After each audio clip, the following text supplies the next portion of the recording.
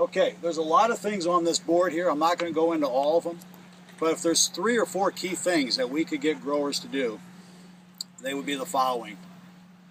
We want them to use the right nozzles, okay? Nozzles are critically important in order to keep this product on target. We've done a lot of work the last few years understanding what nozzles work best with our formulation. And we've come down to recommending nozzles that produce very coarse to ultra coarse. So as you look at nozzle manufacturers' recommendations, ultra coarse are the nozzles that produce big drops, okay, and very few fine drops.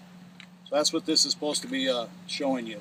Okay, we want to minimize the percentage of fine droplets. Those are the ones that can drift, move off target.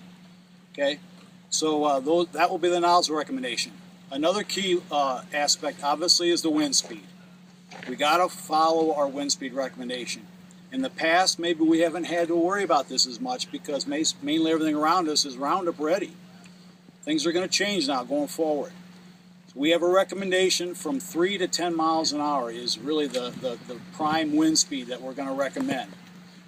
A lot of people think 10 miles an hour can't happen. If you take an anemometer and actually measure it, you'd be surprised how many days we do have wind speeds under 10 miles an hour.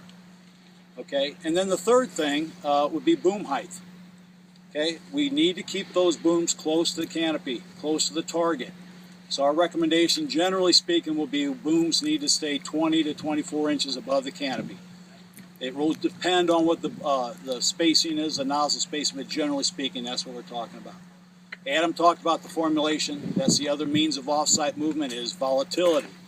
We're going a long way in reducing that by coming out with new low volatility formulations.